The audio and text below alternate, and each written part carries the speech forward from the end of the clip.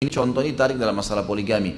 Ada orang dia belum bisa poligami, dia menghina poligami itu, gitu kan? Ini berbahaya sekali nih, menghina hukum Allah SWT. Kalau dia belum bisa dia sendiri, jangan ajak-ajak orang lain, gitu kan?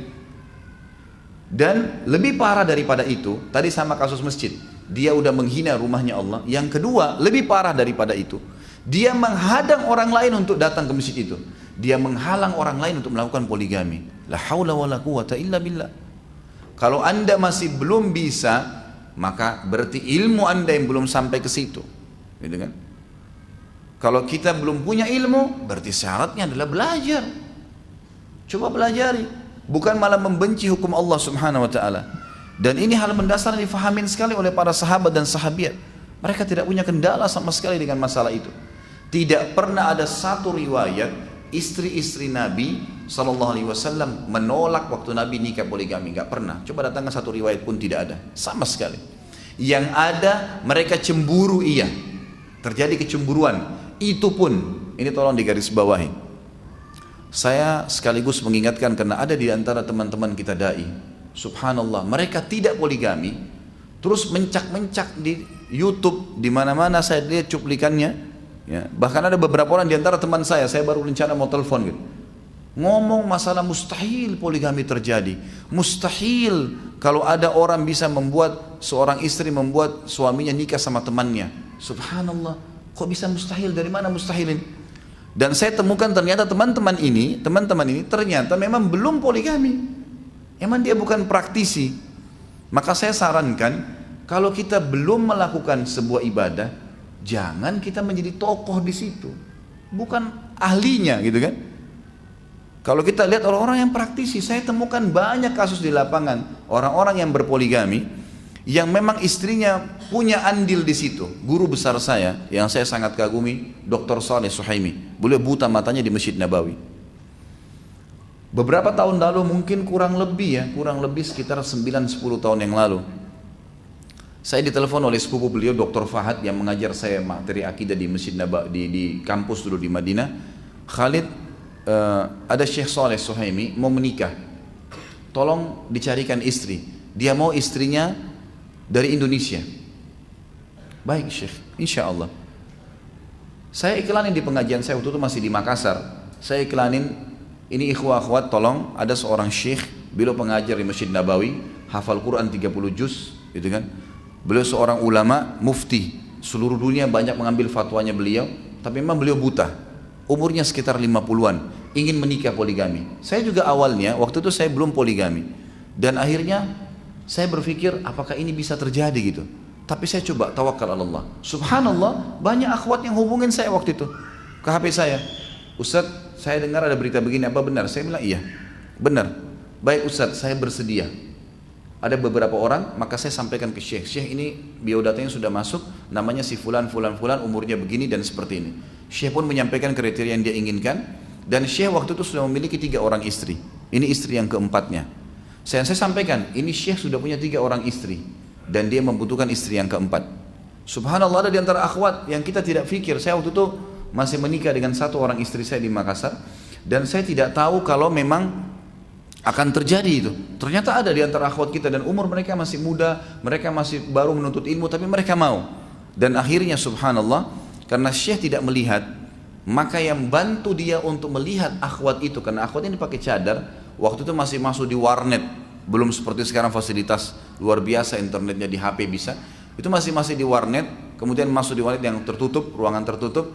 Ukhti kita ini yang sekarang jadi istri beliau di Madinah, dan Masya Allah sudah punya anak, sekarang sudah warga negara Saudi. Itu kan, itu duduk di depan komputer, kemudian dibuka cadarnya, yang bantu Syekh untuk melihat istri, calon istri ini istri pertamanya beliau, Ummu Abdillah. Dan Ummu Abdillah yang mengatakan, Syekh ini sudah cocok buat anda, lamar saja dia.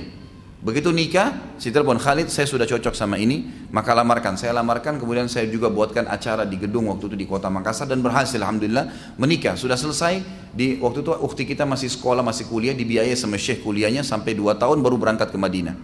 Setelah itu akhirnya punya anak dan sampai sekarang hidup. Bahkan Ummu Abdillah berbagi malam. Awal datang Ummu Abdillah mengatakan kepada Syekh, dia mengatakan istrinya yang pertama ini bilang, saya kasih malam saya untuk orang ini, gak apa-apa. ini seperti adik saya sendiri. Dan dalam rumah tangga beliau itu saya lihat luar biasa, bagaimana istrinya itu seperti saudara, bahkan saling telepon, hari ini kamu mau masak apa, saya masak yang lain ya, terus begitu.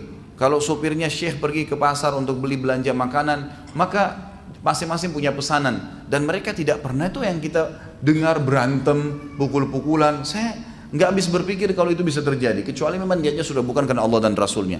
Dan banyak kasus seperti itu. Saya ikhwah berpoligami, saya pribadi. Dan kalau istri saya dari Makassar datang ke Jakarta, saya suruh istri saya di Jakarta jemput. Fadl, jemput kakak kamu di bandara. Dijemput sama dia. Saya kasih duit, silakan belanja sama-sama. Bahkan saya ajak, kalau saya ke Makassar, saya ajak istri saya untuk datang. Dan alhamdulillah saya tempat dalam satu rumah di Makassar sama-sama, dan berjalan kehidupan. Saya keluar sama-sama satu mobil. Saya praktisi dan saya temukan tidak ada masalah itu. Kok bisa ada dai-dai yang bicara tidak mungkin, tidak mungkin. Subhanallah, orang-orang ini bagaimana? Bukan praktisi terus ngomong gitu. Yang saya ingin diberatkan di sini ikhwah-akhwat sekalian adalah jangan benci hukumnya Allah, nggak boleh. Kalau kita belum bisa kerjakan, kitanya masih kurang ilmu.